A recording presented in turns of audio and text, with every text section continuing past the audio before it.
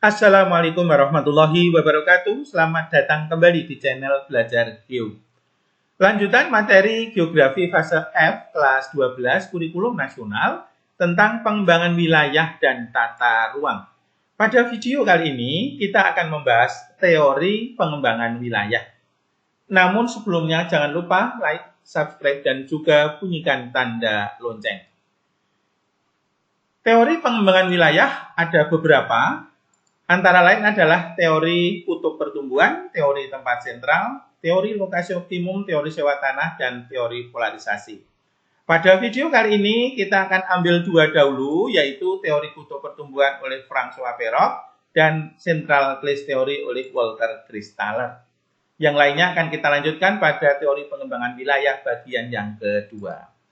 Kita awali dari teori kutub pertumbuhan atau growth pole theory oleh François Perrock pada tahun 1955 yang mengatakan bahwa pertumbuhan ekonomi itu tidak terjadi di sembarang tempat dan juga tidak terjadi secara serentak, tetapi terjadi pada titik-titik atau kutub-kutub perkembangan dengan intensitas yang berubah-ubah. François Perrock ini menggunakan dasar teorinya adalah dari pengamatan terhadap pengembangan industri. Nah, ilustrasinya adalah sebagai berikut. Ketika suatu industri itu muncul, maka dia akan berusaha untuk eksis sehingga menjadi industri yang besar. Nah, ini adalah industri utama atau industri inti atau juga biasa disebut industri primer. Nah, setelah industri ini tumbuh dan besar, maka biasanya akan diikuti dengan industri-industri yang terkait lainnya. Dan ini adalah industri yang terkait, yang mendukung industri utama ini. Industri yang terkait ini akan terus tumbuh dan jumlahnya akan terus berkembang, hingga menyebar ke berbagai tempat dengan efek yang sangat beragam. Hingga kemudian suatu saat akan muncul industri sekunder.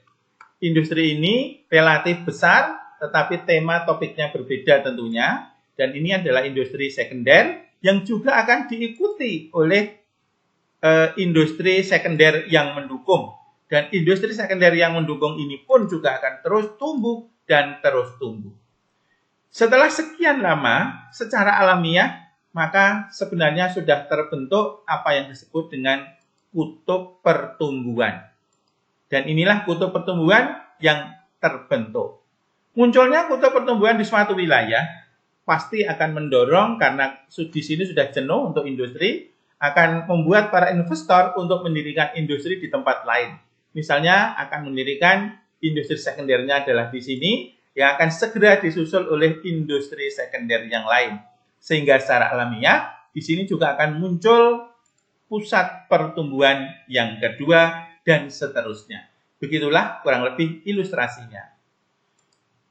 Industri yang bagaimana bisa tumbuh dan menjadi pusat pertumbuhan antara lain adalah karena tingkat konsentrasi dan aglomerasi yang tinggi. Yang kedua, multiplier effect atau bisa mendorong munculnya industri yang baru. Yang ketiga, profesional dan teknologi yang modern. Yang kemudian infrastruktur lengkap dan lokasi serta topografi yang mendukung. Selain industri, ada juga kegiatan-kegiatan ekonomi atau suatu tempat itu akan bisa menjadi kutub pertumbuhan. Lalu, bagaimanakah syarat suatu lokasi itu akan menjadi kutub pertumbuhan?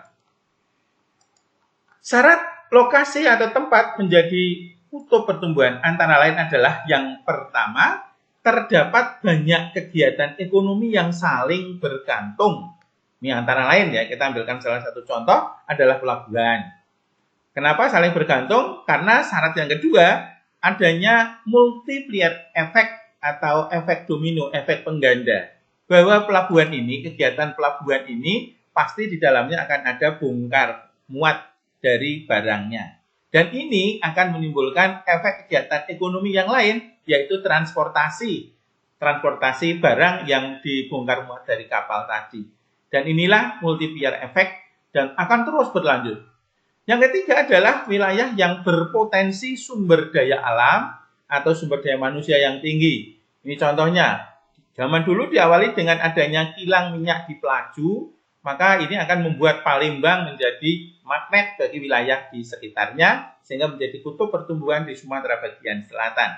Yang keempat adalah mampu mendorong daerah sekitarnya, sehingga menjadi tumbuh dan mengikuti atau sejajar dengan wilayah pusat.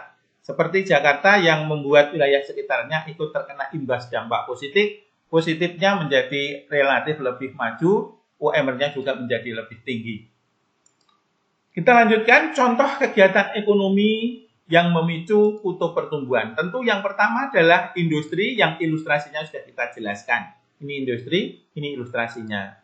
Kemudian pasar tradisional, ini juga akan menimbulkan multiplier efek yang luar biasa. Kemudian pasar swalayan, ada lagi pusat bisnis atau kawasan perdagangan di Simpang 5 Semarang, CBD Tamrin, kemudian Rasuna Said, Jenderal Sudirman yang ada di Jakarta, dan juga kota atau kawasan kota, seperti Jakarta sebagai ibu kota Indonesia maupun ibu kota provinsi yang relatif besar ukurannya. Dampak dari teori kutub pertumbuhan, tentu ada dua, yaitu dampak positif dan dampak negatif. Dampak positif teori kutub pertumbuhan adalah adanya trickle down effect, yaitu pusat pertumbuhan itu akan menyebar ke wilayah sekitarnya. Ketika ini menjadi pusat pertumbuhan, maka akan menimbulkan dampak positif yang baik itu menyebar ke sekitarnya, antara lain meningkatkan investasi, investasi dari wilayah ke sekitar tempat atau pusat kutub pertumbuhan ini. Kemudian pendapatan kesejahteraan juga meningkat. Kemudian produksi barang dan jasa terus bertambah atau tersedia di wilayah pinggiran, tentu dengan harga yang murah, kualitas yang bagus. Kemudian infrastruktur menjadi terbangun dan laju ilmu pengetahuan dan teknologi juga berkembang dan tumbuh menjadi besar. Ini adalah dampak positifnya. Namun dampak negatif harus dicermati dan disikapi, yaitu apa yang disebut dengan backwash effect. Backwash effect ini adalah laju kebalikan dari trickle down effect, yaitu perpindahan dari wilayah pinggiran, perpindahan sesuatu dari wilayah pinggiran menuju ke kutub pertumbuhan. Apa yang berpindah itu? Apa yang berpindah ke pusat sini? Ya, ini antara lain banyak hal yang berpindah menuju ke pusat. Mulai dari penduduk dan tenaga kerja melalui urbanisasi, tenaga-tenaga produktif dari pinggiran yang lebih jauh lagi akan menuju ke pusat. Kemudian modal, uang, tidak cukup hanya uang, sumber daya, bahkan kalau punya rumah terkadang dijual karena sudah menetap di kota, maka ikut berpindah ke kota.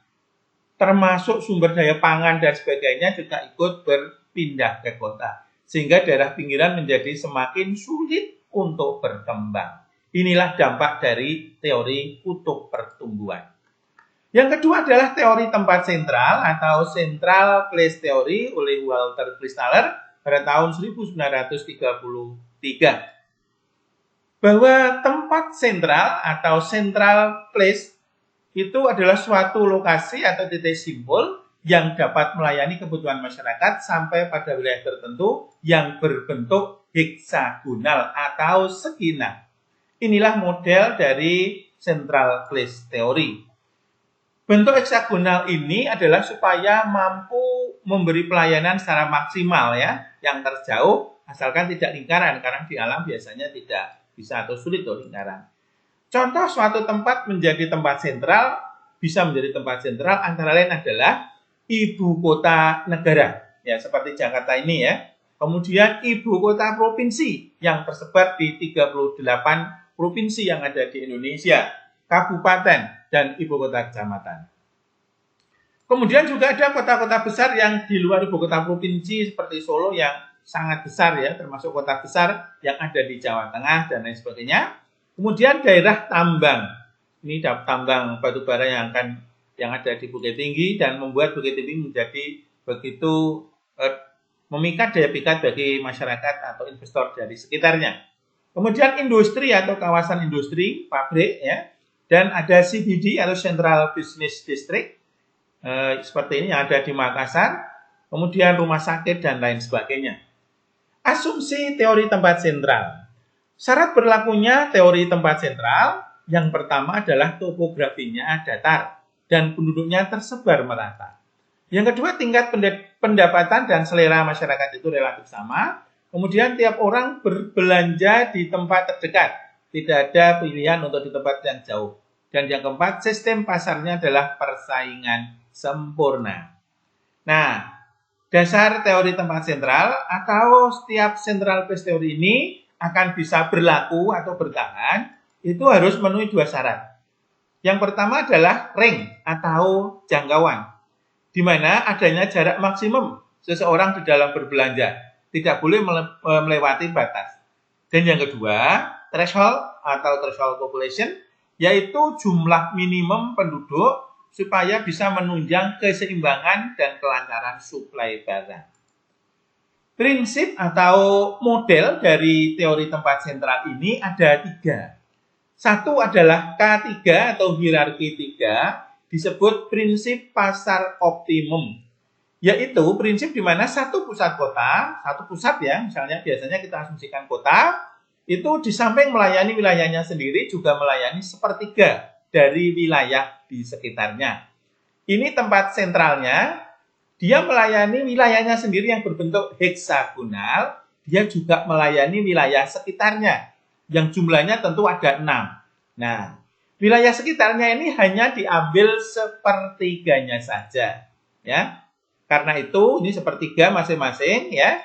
Karena itu hasil K3 itu diperoleh dari wilayah sendiri itu 1, kita tulis 1 ya, ditambah, kemudian wilayah tetangganya itu kan hanya sepertiga, ini ya sepertiga, dan jumlahnya itu ada 6, ya, jumlahnya ada 6. Sehingga ini jumlahnya ada 6, sehingga 1, 2, 3, 4, 5, 6 di sepertiga dikalikan 6, ya. Dikalikan 6 sama dengan 1 ditambah sepertiga kali 6 sama dengan 2, ya. 1 ditambah 2 sama dengan 3, maka disebut K3.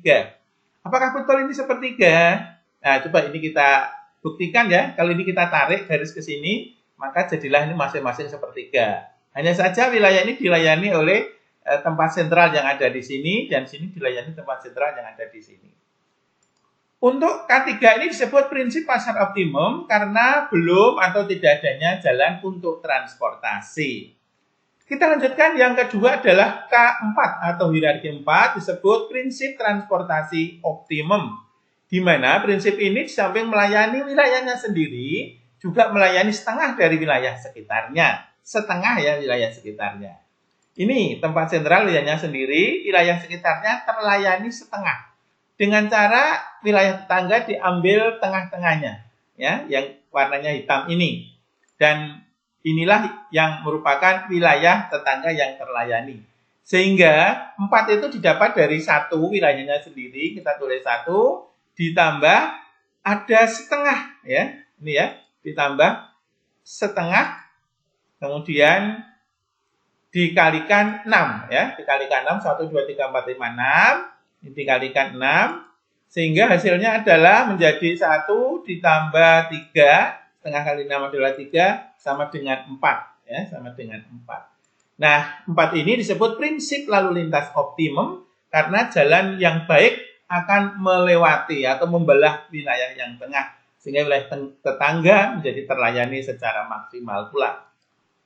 Yang ketiga adalah K7 atau hierarki 7, ini untuk prinsip pemerintahan yang optimum, di mana satu pusat kota di samping melayani wilayahnya sendiri, juga melayani seluruh wilayah tetangganya ini. Wilayah tetangganya ini karena seluruhnya terlayani, kita ambil salah satu titik terluar, sehingga tidak lingkaran penuh, ya, tidak sempurna seperti ini. Sehingga 7 didapat dari 1 wilayahnya sendiri, ditambah 1 dari wilayah tetangga, ya, wilayah tetangganya masing-masing ada 6 ya, 1 wilayah tetangga yang dikalikan 6. Sehingga 1 ditambah 6 sama dengan 7. Dan prinsip ini disebut prinsip administrasi optimum karena pemerintahan harus melayani seluruh wilayah yang ada di bawah atau di sekitarnya.